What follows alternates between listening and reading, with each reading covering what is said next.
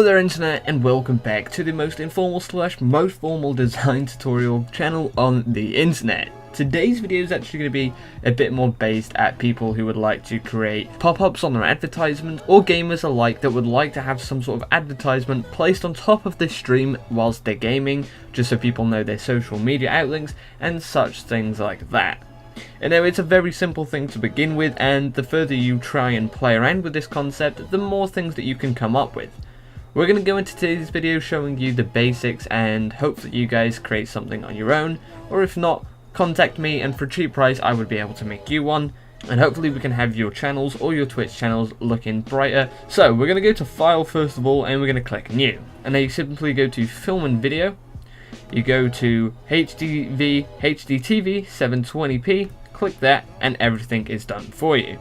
Make sure of course it's RGB color and 8-bit, and every setting on my screen is the same on your screen.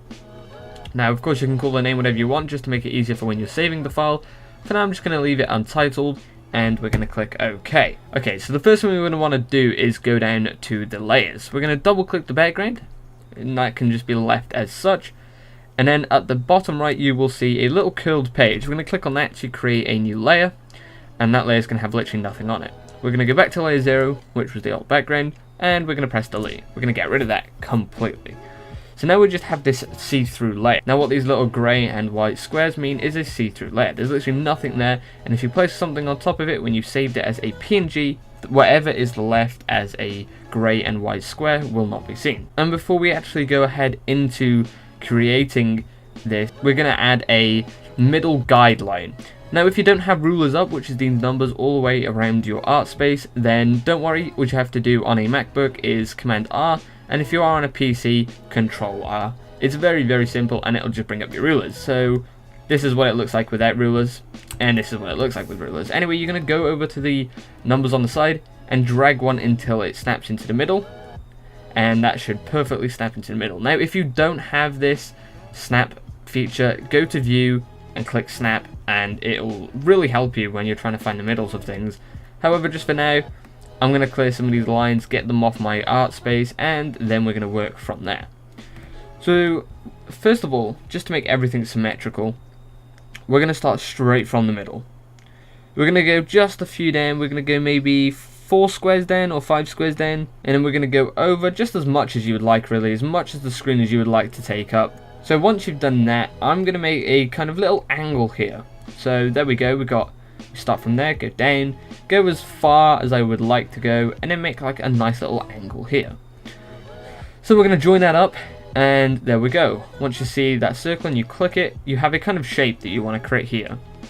And then we're going to go up to Make, Selection, and Feather Radius 0, and there we go. Now go over to your bucket tool, and you can select whichever color you would like. For the sake of this video, we're just going to kind of replicate what I have on mine. So I picked a dark blue for the background, quite a very dark blue to be fair, because it allows you to add a lot of lighting on top of it. So I'm just going to go ahead and place that right inside there. And now if I want those little marching ants to go away from this on a MacBook, I'd click Command D, and then on a PC or a Windows computer, I would click Control D at the same time. So now you zoom out from this, go back to your pointer tool, and we're going to have to duplicate this little layer here. So to do that, we're going to go over to the layer with the shape on it. We're going to click it on a MacBook, Command J will duplicate the layer, and then on a PC, you can as well Control J. And now Command T to be able to transform the shape, and again go ahead and Control T on a computer to be able to do that on a Windows version. And now again, on a MacBook, you're going to have to Control T this time, flip horizontal, and then you should have that facing the other way. Drag it across just in line, and there you go. You will have what's beginning to appear as an overlay. And now what we're going to do, we're going to go onto the layers, we're going to hold this layer 2 copy, and we're going to hold down shift and select the other layer 2, so we have both versions of the shape now. And then you can go ahead and control or right click and just click merge layers, and now they act as one layer. You can just drag that around and place it whatever you want after. So what I'm going to go ahead and do is double tap that layer, in a glow I'm going to change it to screen, and what we're going to do next is change it to whatever color this is by simply sampling the color. And we're going to make it a bit brighter here. And then what we can do is increase the size of this little inner glow here, and it creates a nice little lighting inside there.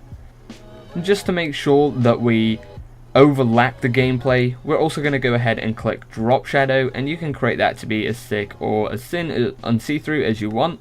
I'm going to make mine just a bit like that, so we got 11:16. I'm going to turn the opacity up a bit just because I really like to stand it out against the gameplay. And there we have it, we have the beginning of our overlay. I'm just going to go ahead and make a copy of this with Command J, Command T it to make it a bit smaller, to be able to transform and edit it, and then I'm going to quarter the size of it. So I'm going to click enter on that, I'm going to drag it into the middle, and then I'm going to size it out a bit by holding shift on the corner just to be able to stretch it out at an equal rate. So now we have that in the center, and I'm just going to go ahead and double click the new layer that we've made. I'm going to add a stroke onto it. I'm going to make it outside, and I'm going to make it white just so it stands out against the layer behind it. And then what we're going to go ahead and do is add the text, and we're going to go ahead and tap the text tool, and we're going to pick just something very nice and basic. I'm going to make it bold just so it stands out there, and we're going to go ahead and just type in overlay. So now we have both of them there, and we can now add in our own symbols, stuff like maybe the logos of the things that you want in the center. Additionally, what you could do is just have your logo instead of your name, but we're going to go over to Google Chrome, and we're going to go to Google. We can go onto the images, and then we can go ahead and type in Twitter logo PNG. So now we have the Twitter logo. We can just put that to the side, and we can drag it onto here. And now it's a bit big, so we're going to Command T this layer. Remember, go to the corner, hold shift, and drag it downwards. Now to see what this looks like, we can go back to Chrome, and we can type in maybe something like Call of Duty World War II gameplay screenshot. And now what we can do again with this is just drag it onto the file, pull it all the way back down below any of the layers, and then we can stretch it again with Command T or Control T, and we can just have a quick peek. Of course, we're not going to save it like this. We're just doing this for an example so you can see if your logo looks good against any sort of gameplay. So as you can see, that drop shadow allows it to stand out against whatever the background is, and this isn't the most complex overlay, but it does show you how you can make one just as your first type of overlay, and it is just quite clean, nothing too crazy. To make a webcam box though, I will show you that in another tutorial if you would like, because you can add all sorts of things like recent followers and such things like that. And then we're going to save it as a PNG file, and then we're going to call it overlay, and there you go, saves.